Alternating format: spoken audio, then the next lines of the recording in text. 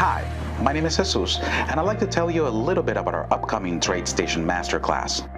It's an interactive and in-person training experience. We designed the class for traders that want to improve their market analysis and trading skills. Our goal as instructors is to show you how to take full advantage of our trading platform. All the courses are hands-on, and they're taught in different cities across the country. The class has some great takeaways, including workbooks, custom workspaces, and advanced easy language studies. Just bring your laptop and we'll take care of the rest. Keep in mind that attendance to this exclusive training is limited, so make sure to reserve your seat early. It's a unique opportunity to join other traders like you and master the skills needed to take your trading to the next level. We're all looking forward to seeing you in our next TradeStation Masterclass. Good afternoon, everybody, and welcome to TradeStation. My name is Michael Burke, and I want to welcome you to another edition of our Futures Trading Series. Today, our instructor is the legendary trader Larry Williams, and we'll get to Larry in one moment. Keep in mind that the following presentation is for educational purposes only. All of the symbols and trading ideas discussed by the instructor are for demonstration purposes and are not recommendations. Active trading is not suitable for everyone. We're going to push some disclosure information into the chat, and you can find additional disclosure information on the TradeStation website. Our August Masterclass is rapidly approaching here in South Florida, August 5th through the 9th. This is a week-long deep dive into all things TradeStation and trading. All of the platform features are covered, strategy, trading, even a mini easy language bootcamp. So it's right here in our corporate offices in South Florida, so it's always fun to come down to South Florida. These events include a lot of great lunch and learn speakers, professional traders, and there's a lot of surprises as well during the week. Also, coming up in the first week of September is our masterclass in London. Larry Williams will actually be one of our lunch and learn speakers at the London event. He won't be there in person. He'll be beaming in and doing an online session just for that masterclass. To learn more about masterclass, visit us at tradestation.com/university. Masterclass will be the first thing you see when you get there. Hope to see you there. Also, this week, we just announced our 2.5-day live options trading event, Option Stars. This will be held in October, the 3rd, 4th, and 5th in Newport Beach, California. This is a real how to trade options event hosted by Sarah Potter and Larry McMillan. This is a great way to help you master the art of options trading. We're going to be doing live trading on Friday all day. Whether you're new to options trading or you're one of those grizzled option veterans, this is going to be a trading skill building sessions with custom tools and practical trading information you can take away long after the event is over. You can visit our website again to learn more about Option Stars. Right now, there's an early bird discount going on, so you can save a little money by registering early. A lot of things going on at TradeStation. One of the really exciting things that happened this week is we launched our new Futures Plus trading platform for futures options and futures spread traders. This is a completely new, powerful set of comprehensive trading tools that allow you to integrate futures options and futures spread trading into whatever you're doing right now. It includes a trade simulator so you can experiment with all the tools. There's advanced option chains, charting of spreads, and point-and-shoot trading just like in the TradeStation platform. This is an incredible opportunity for anyone who wants to get involved in futures options or futures spread trading. So check it out on our website and learn more. You can see the URL there. It's tradestation.com/futures plus. Check it out. So Larry Williams is the ultimate thought leader in the futures trading world. He has written or inspired many of the trading indicators we all use every day. His trading courses and books have inspired countless traders all over the world for the past 40 years. And we are always fortunate when he comes on and does one of these sessions for us. He shares his knowledge and experience and his skill set. It's just incredible. Larry, I want to thank you for being with us today. I'm going to turn it over to you. Okay, well, let's get started. First of all, I want to personally thank everybody for being here. And I hope have a few things to show you today, not quite as much as I wanted to, and I'll explain that in a moment. But again, you know, those disclaimers, this stuff is dangerous. This is rattlesnake country that we're in. I've been in Montana this last month, and the rattlesnakes up there. And this is like trading, guys and gals. So keep that in mind. You've probably read the disclaimer. TradeStation put theirs up. But just a reminder again, I am far from perfect in the market. I have losing trades. You're going to see one of them, in fact. So this is going to be a very tough business, folks. This is one of the greatest trading quotes of all time by Mike Tyson. Mike Tyson said, "We all have a game plan until we get punched in the nose." And I can't think of anything that describes and helps me understand trading better than that quotation. We all have a trade set up and we know where we're going to get in and out and all that stuff. And then the market doesn't do what it's supposed to do. We get punched in the nose. As you're going to see, I've been punched in the nose a little bit. What excited me about doing this seminar is I wanted to show you the trades I'm in right now and how I've handled them, good, bad, or indifferent, as well as the trades that are coming up. So it's one thing for me to say, here's a bunch of trades, I think the market's going to go up or down, but I think to actually walk you through my trades, winning and losing trade, is probably a good experience for me, if not you, because I learned a lot by looking at my own trades. So here are my real-time current trades. I just took these off at 421 today. Short 25 bonds, short 20 contracts on natural gas, and long 15 contracts of copper. That's right now. And I've got open profits of about $60,000 in the trades. But when we started working on this seminar, this PowerPoint presentation, it was a little different story. Here were the trades. I copied these about a week ago so you could see what these are. And notice I was long 10 S&Ps. I got out of those. Still short bonds. I added more bonds today. You'll see that. I was long 15 crude oil. Still long the copper that you have there. Short the natural gas. And my biggest losing trade of the year, euro currency, where I was long 30 contracts, and I am now out of that trade. So I'm going to walk through these trades. Remember, these are trades I actually had on. I had an open profit of $41,000 here. I didn't capture all of it. Crude oil had open profit of $32,000, and I certainly didn't get all of that. So let's look at how I handle these trades and why I'm in the trades and the reasons. The reason I wanted to get out of the S&Ps, the reason I got out of my S&Ps in here is I think cycles suggest we're going to come down for a while and then back up. So I was a little nervous about being long the market. And so I was looking to get out of the market, out of my long position, not to sell short, but simply to get out of the long position. Okay, so I got stopped out as we rallied. I was long from down here. I believe we're in a bull market. I believe that we're going to see higher prices in the stocks to come, that there's no recession in sight, there's no bear market. All the Cassandras, purveyors of pessimists have been wrong, and they're going to continue to be wrong. So I want to be long.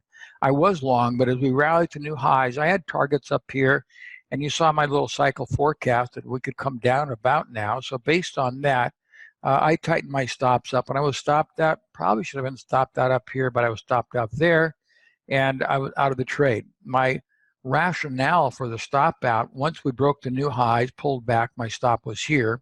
Then we broke the new highs again. I really think about keeping my stop here, but lowered it right to this big downrange day. I didn't want to see that low taken out, and obviously I was wrong because we're strong again today.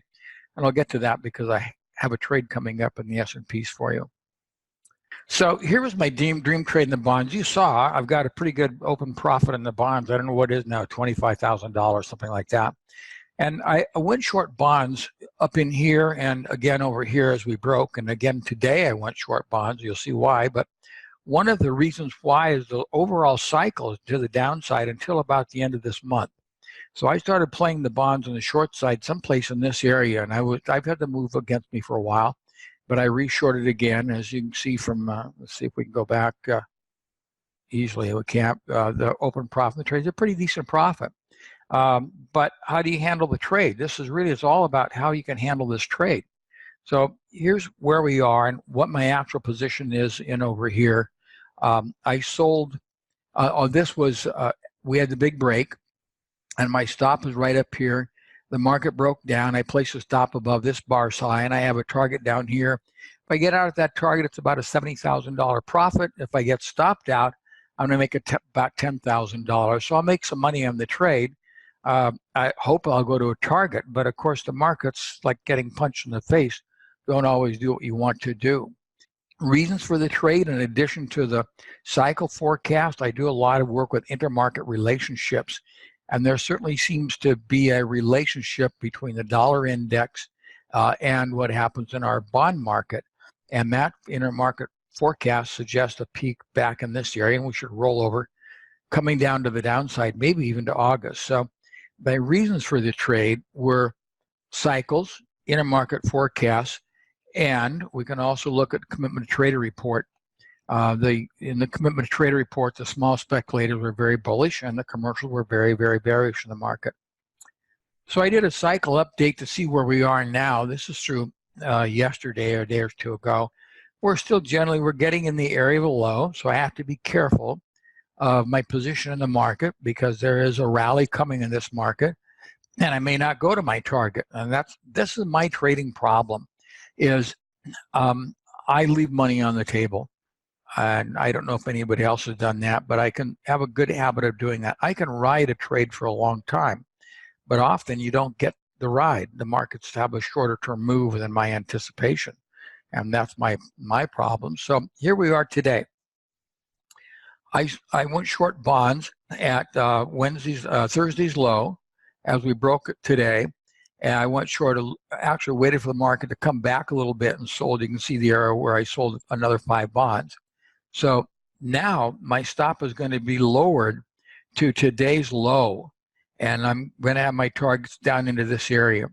And that's nice because I will make money on this trade. Maybe not as much as I want, but I'm now guaranteed a profit in the trade. You're not guaranteed when you get into a trade you're going to make a profit, but unless bonds gap above my stop point, I will make money in the trade. So I have a really good risk-reward ratio. A reason for selling today is that yesterday we had a nice outside day with an up close. And I think outside days with up closes tend to be bearish, not bullish. And I usually like to sell at the prior day's low, which is where price went to, rallied back, and I went short the market. So that was the reason for today's trade, the entry. But the rationale, of course, has been the cyclical forecast, the accumulation in the market, and the intermarket relationship. So with that, let's move on to my crude oil trade. You saw that I was long short crude oil, and it was short or long. It's been in this market so much. Crude oil forecast is we can rally until about the 2nd of August. So I was long in the market, and I like to see this forecast as we should go higher, maybe a little dip here, but overall we should move to the upside. But here's reality. I've got long here, I got long here. Reason why? Percent R is in the buy zone. Gosh, just percent R is an indicator most all of you have used. I really like it. I use a 4-day percent R, by the way. That's what I found works the best. And my intermarket forecast suggests we can rally in this market. So a good, interesting idea. But by the same token, I know, well, I thought we would go back here. We may not. So I had a trailing stop and I got out here. I had bought here and here. Pretty simple. We're in an uptrend. I want to buy the pullback. Percent R is in the buy zone. Trend momentum is up. And I really believe that we'd rally up into this area. That's where my target was. But I got punched in the face. That's why we have those trailing stops. So I exited. You can see where I exited with a trailing stop in the market.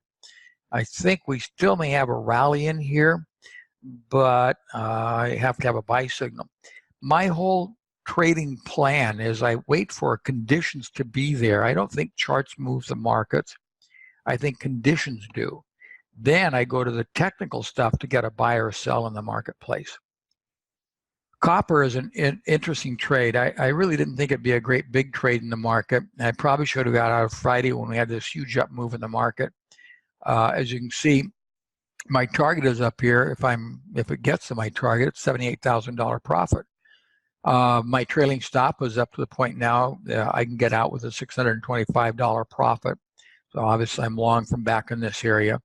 I do like the fact that percent R is now in the buy area. We came down a little bit today. I think this market has an opportunity to rally one more time. And I've got to really watch this carefully, though. All the strength that we saw on Thursday, we really should have held that. We didn't. So my stops are right underneath these lows. When I see markets fail like that, stops are really, really important for me. That's my approach to the copper trade. These are Oh, these are my current open trades. I don't know if we showed those earlier or not. Natural gas. I really didn't think the natural gas would be much of a trade, but I have $26,000 in that trade. And I like the trade, but it reminds me, I have a friend who traded on the Pacific Coast Stock Exchange, and he said he's day trader, obviously, a couple thousand trades a day at times, and he never, his words, exact words, he never knew where his winners would come from. He thought he knew where they would come from, and they didn't. So it was all about trade management. And that's the real critical point is you may get a big winning trade in a market you never expected it to come from. In fact, that's where most of them will come from.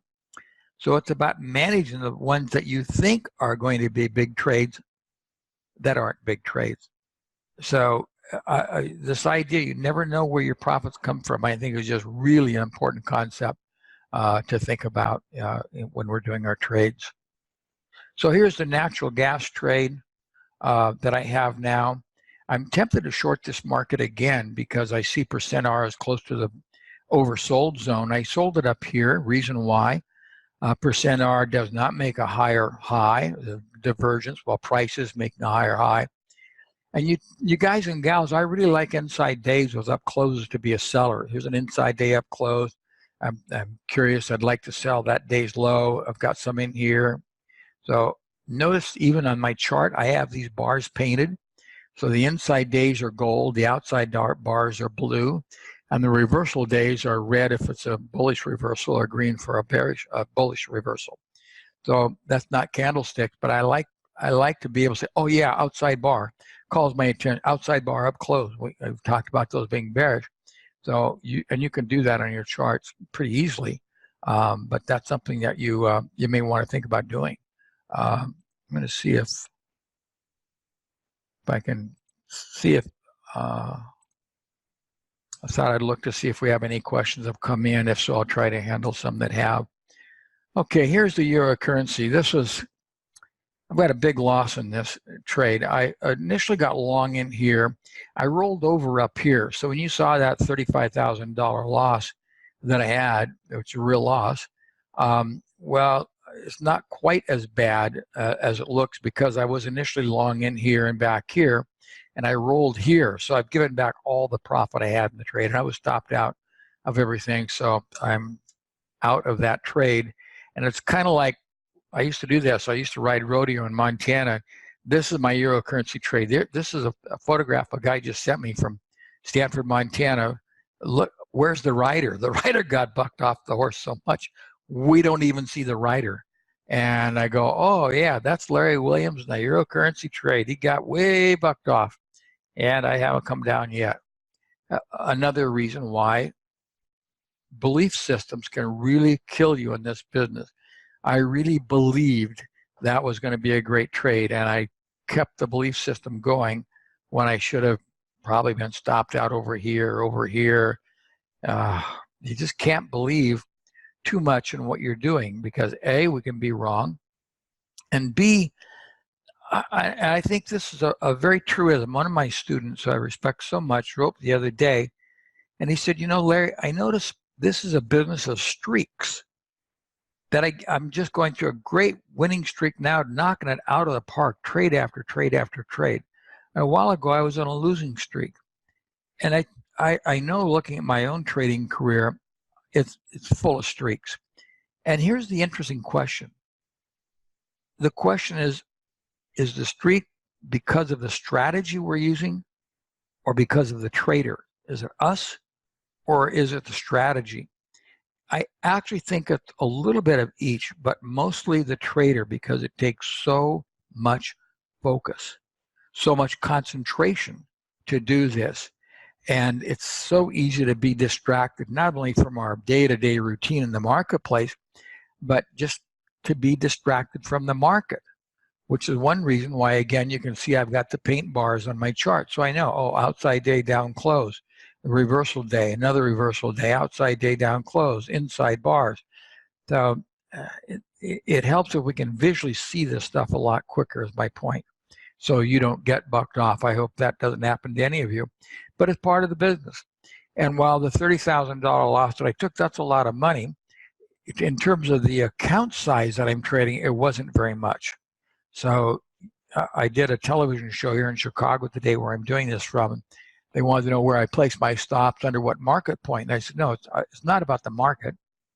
My stops are about the money in my account. I don't want to risk more than X percentage of my account. So my stops are based on that, not some mystical point in the marketplace. Okay, well, let's talk about trades I'm looking into, okay? Gold. This is gold. This is my intermarket forecast. Gold has had a strong relationship between the interest rates, between the dollar index, crude oil, and currently this is the forecast that I have been working on in gold. We caught the up move, did real well in here. I'm looking to sell gold short. The question is where? But I first like to have the condition, like a visibility of, oh, gold could be going down here. So that's one thing I'm looking at. The other is I do my cycle forecast. I use timing solutions for my cycle forecast, and it also says the same thing. We had a cyclical low back here, cyclical low. We have one coming up in October. But for now here's the problem though. Here's the doggone problem with cycles. Just because the cycle goes all the way down doesn't mean the market will go all the way down. It just says this is an area to sell, this is an area to buy. This is one area to buy. We don't know the market's going to run up like crazy. In this case, it did. But it's all about timing. Cycles are about this way on the chart, not this way on the chart, not magnitude of the move. So while it looks visually, this is very attractive, like one of those sirens on the rocks outside of Greece, like, oh, we're going to have a big decline. Maybe, maybe not. It just says the pressures will be to the downside, but it doesn't tell us how big that's going to be to the downside. That's the big question. So we can get the dimension of the decline by looking at other things like the commitment to trader report. Those of you who know me over the years know I've this has been the hallmark of my trading. Started using it in 1973. I assume everybody knows what it is, but just to make certain, the government releases a report every Thursday, and it shows the blue line, which is the large traders of funds, their net long position. Like here, they're heavily long. The green line, I color these, of course, these colors, the small speculators, and the red line, the commercials, the people who actually use and produce the commodity. Here's what we can learn from that. Notice that this significant high in gold, the large traders were heavily long, the small speculators, or that green line is the highest they had been for a couple of years, and the commercials were selling short and the market declined. This recent rally we saw this year, just the opposite. The red line, the commercials were actually net long. You see this dashed line, that's net long. They hadn't been net long for years. Well, they got net long, incredibly crazy bullish, and away had gone the price of gold. Now, today, commercials have the largest short position for a couple of years. They're back down to this real danger area. The large funds that are trend followers, they're the most bullish they've been. And the small speculators, the little green light here, that's the most bullish they've been since way back here. So the players in the marketplace, the smart money, the commercials, they're short. The small speculators, they're really bullish on gold, and they're usually wrong. So to me, this is a setup for a significant move in gold, not just a little move of a couple of days, but I think you can have a real move to the downside. Of course, if I'm talking about gold, I'm going to talk about silver as well. If we look at silver, and I want to teach you another little lesson about the commitment to trader report, notice again, the red line is commercials, right? And they've been selling this market as they were back here, as they were over here, as they were here. But focus on this if you can see it. The black line, see that black line? That is open interest. Now, open interest is the total number of contracts that are open positions in the marketplace. So by and large, when open interest is very high, see that's a high reading of open interest versus going back to 2015, 16, 17, 18, 19, everybody's bullish, the market declines. What I like to do is look at open interest versus the commercials. So we see people have been buying this rally, but the commercials have been getting out. Just as back here, the black line was going up, everybody's really bullish about gold, but the commercials are sneaking out of the market and it declines. Everybody's really bullish. Open interest is very high here, but it's not caused by the commercials. They're not opening new contracts. They're very bearish and the market decline. The opposite can be equally true when open interest is coming down and the commercials are getting bullish. That's really bullish in the marketplace. So I like to look at the interactions of the commercials and open interest. And what we see right now is that the commercials have been exiting this market here while open interest has been increasing. Everybody, in quote, everybody is buying.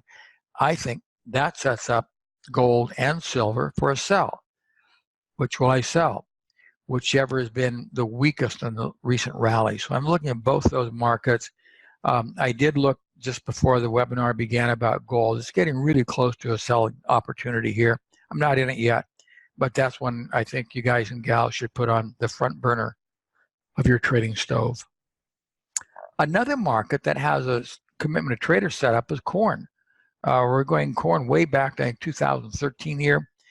Look at the commercials. That's the largest net position they've had for years. And the small speculators or the large traders, the blue line, look at that. That's the most bullish position they've had.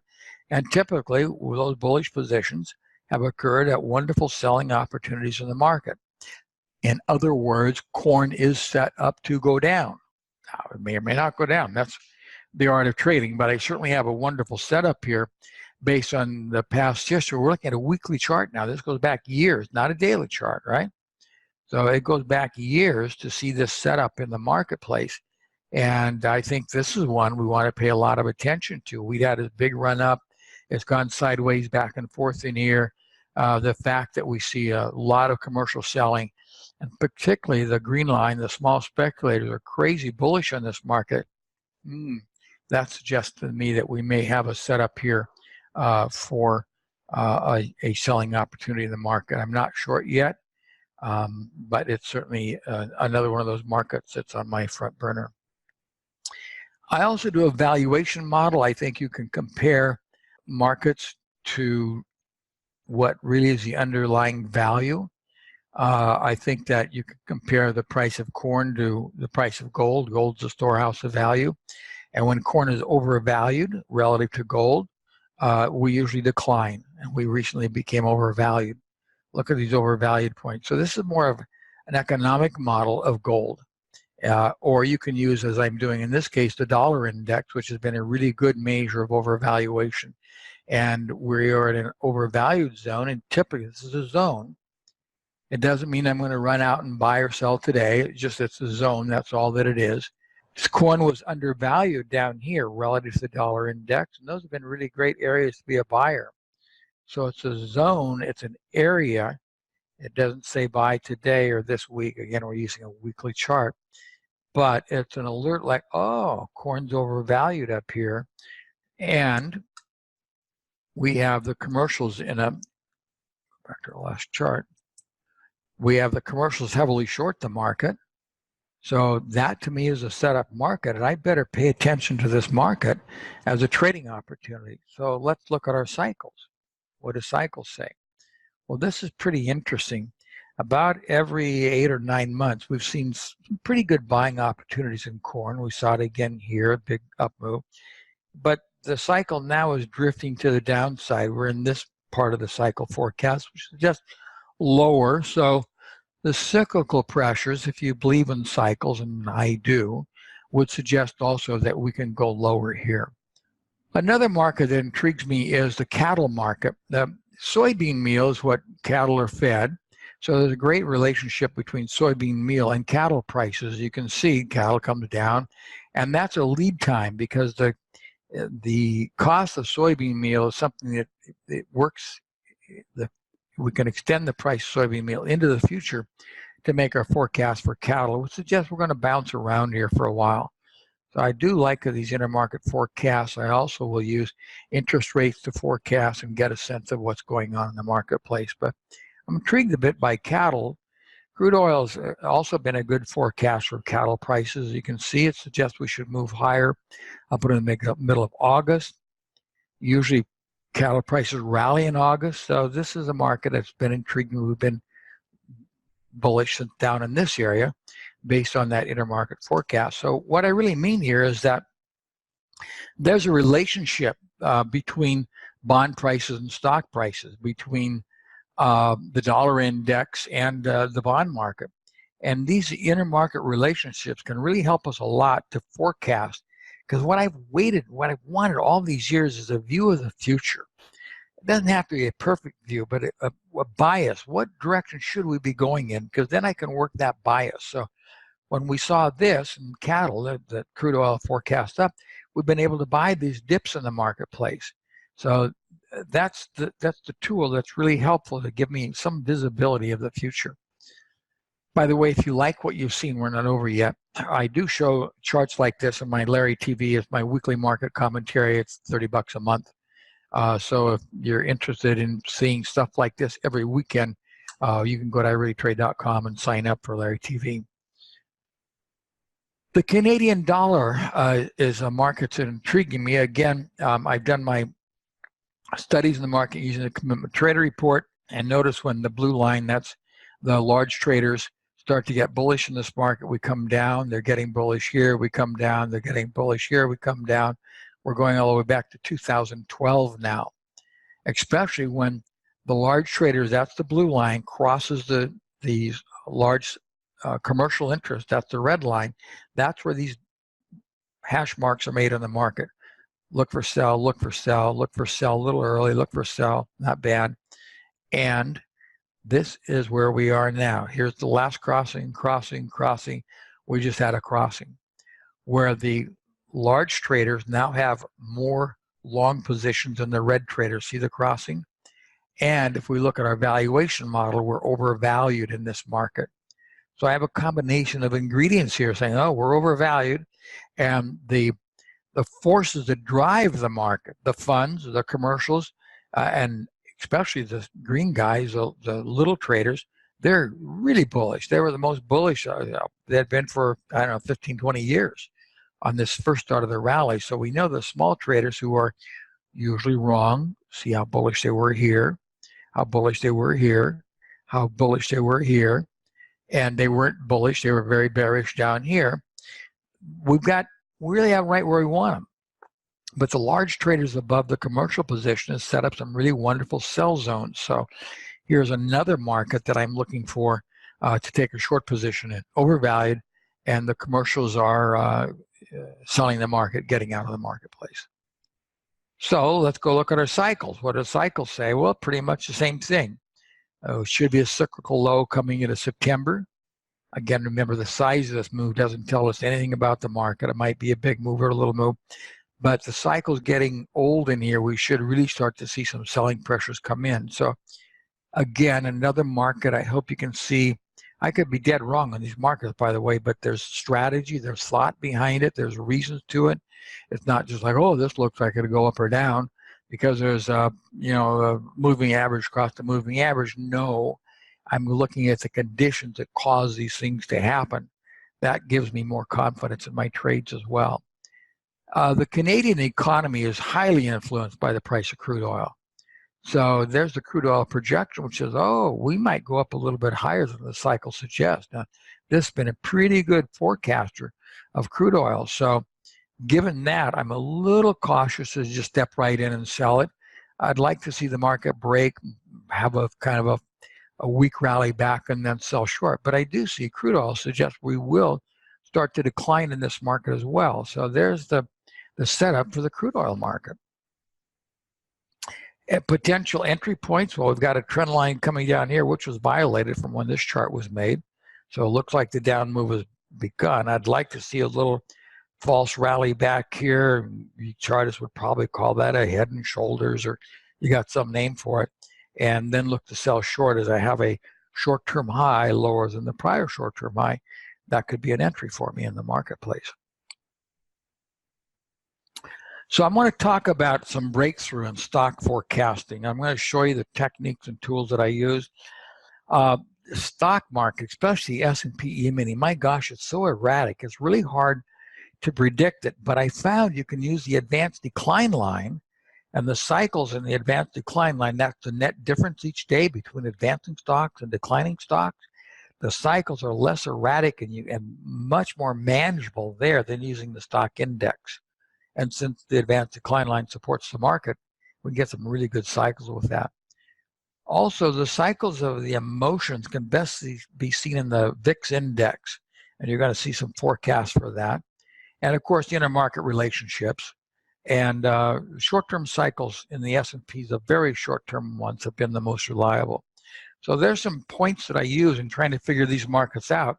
Cycles, I'm going to use the advanced decline line to give me a little longer-term intermediate view of the real market cycles and stocks. And the VIX index have been great to tell us in advance, and you're going to see it when the next market low will come and the intermarket relationship. So with that, let's take a look. So here's the cycles in the advanced decline line. Look at this. Just about every 80 days, we have a low in the market. We've got another one coming up here the end of August. So I have been patiently waiting for this buy point for a long time. As those who get my Larry TV each week know, we rode the rally in here. We're just waiting for this next buy point. Of course, we'll get there. We'll look at the actual price action to get us long, but I think there's a really nice rally coming end of August, first part of September, based on the cycles forecast that we see based on the advanced decline line. A really nice rally into October, and another rally should start in November. So what I found, these cycles in the advanced decline line are more stable, more helpful in forecasting, so we can use that to get into our positions in the S&P or the NASDAQ or triple Qs, whatever market you're trading. If we look at cycles, they're a lot more erratic. The cycles suggest about the 3rd of September, the low should come thereabouts. You can notice that this cycle has been pretty clear. And again, it doesn't mean the market's going to go down like this. It just means buy point over here, buy point over here, buy point here. Don't get too carried away in my cycle work or anybody else's. It's all about, oh, we should decline, we want to go long. We should decline, we should decline, we want to go long. It just tells us the timing. It does not tell us the magnitude. Don't get mixed up with that. This is one that's really exciting me. One of the breakthroughs in my work is using the VIX index to look at cycles in the VIX index. There's a strong dominant cycle. Look at that. The VIX index comes up. So we see the VIX index cyclically should have a peak about, look at that, September 2nd. And we look at prices and the advanced decline line, the end of August, the S&Ps, we see about September 3rd. So a lot of stuff is telling us this 1st of September should be a pretty good buy point in the market. And the market started to pick up. Again, it doesn't mean the VIX index will run up this high. It just means we'll have a rally in the VIX index, come down. It doesn't work for calling market peaks. The VIX index shows the emotions on the sell side of the market. And on that, it's done a pretty good job of an interesting insight of saying, oh, yeah, that's what's going to go on in the marketplace here. So the volatility should pick up to the downside until about the 1st of September, and that's what to me should be a big trade coming up in the marketplace. I also look at the advanced decline line. Now this is today, and today concerns me a little bit because strong day in the market, but we did not make new highs in advanced and declining stocks.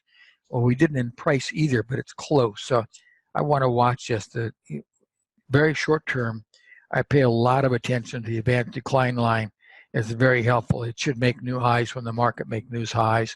If the market doesn't make, if it makes a new low and the advanced decline line doesn't, that's equally bullish in the market. So that's a tool I use a lot in the marketplace. Add intermarket relationships. Clearly the bond market has a lot to do in forecasting stock prices. And here's an interest rate stock market forecast. It suggests we should start to dip down a little later this month, maybe towards the end of the month, we start to dip down and get into that August. Bond prices are leading stocks right now by about 20 days. We've done a pretty good job of saying, oh, get ready to be a seller or a buyer, get ready to be a buyer. So they can give us a pretty good view. You can go to ireallytrade.com. I do my weekly market commentary, and I show charts. I don't just say buy gold or silver. I say why. I show just things to the day, how these markets are being influenced by intermarket relationships, cycles, all that. Because to me, I'm a trader, yeah, but I learned from the two teachers, Gil Holler and Bill Meehan, and I want to teach you guys what I do as well. So it's very educational. It's not just buy here, sell there. This is why. I think you need to know why I'm doing these things. So that's there. And above all, my wife and I, Louise, would like to thank all of you for being there. And as always, I'm going to, as everybody who knows me know, wish you good luck and good trading. And thanks so much for being here today. Thank you so much, Larry. Thanks, everybody, for joining us. We will definitely put more of these events together and put them on the calendar. So always take a look at the TradeStation calendars. Lots of great events coming up. Thanks, everybody, for joining us. Again, thank you, Larry, so much. Good luck in your trading, everybody. We'll see you again. Have a great evening.